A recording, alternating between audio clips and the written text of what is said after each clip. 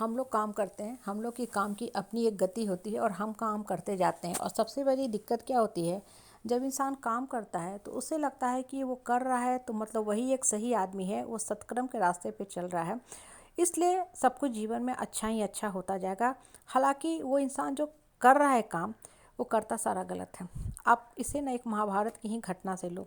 महाभारत में भीष्म पितामह ने ना अम्बा को उठाया। ठीक है, अम्बा और उनकी जो दोनों बहनें थीं, अंबिका और अम्बालिका को उठाया अपने भाई विचित्र वीर्या से शादी करने के लिए।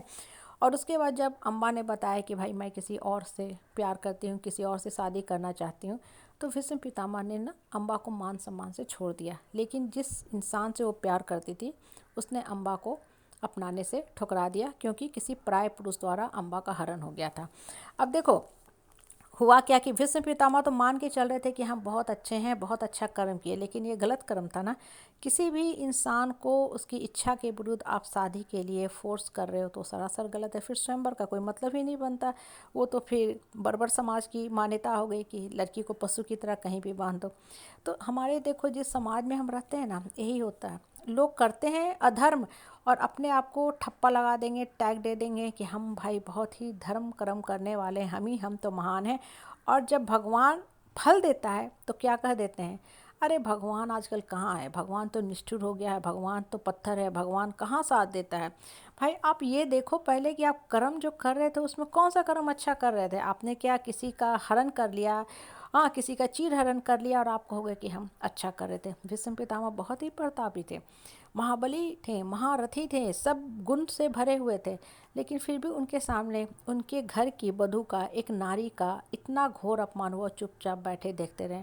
तो क्या उन्होंने सही कर्म किया? नहीं किया ना, क्योंकि उन्हें खुद ही नहीं पता था कि ये गलत हो रहा है, हमको इसके लिए ब्रह्मास्त्र उठाना चाहिए, हमको इसको रोकना चाहिए।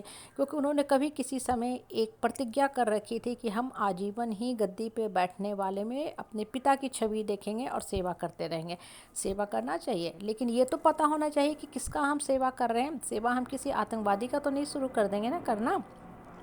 सेवा करना चाहिए, इंसानियत के नाते, मानवता के नाते सेवा करना चाहिए।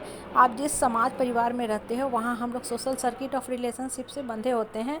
बहुत बार रोड पे आते जाते भी कोई गिर जाता है, कोई मुसीबत में है, तो हम लोग एम्बुलेंस बुला लेते हैं, पुलिस को कॉल कर देते हैं, या अपने हिसाब से जो होता है सेवा भाव से करते हैं। वो एक सेवा हुआ, सही सत्कर्म का सेवा हुआ। लेकिन सेवा का मतलब ये थोड़ी है कि घर में बैठे हैं निठल्ले निकम्मे, चार चार गैंडे बैठे हुए हैं, सबको हम खाना बना बना के खिला रहे हैं और खुद ही हमें खाना नहीं मिल रहा। क्यों? क्योंकि खाना बनाते बनाते हम इतना थक चुके हैं कि बाकी जो लोग थे ना वो सारे खाने खा के चंपत हो गए और हम बैठे के बैठे भूखे के भूखे रह गए। ये सेवा नहीं है। और इसीलिए देखो इंसान रोता घुटता है।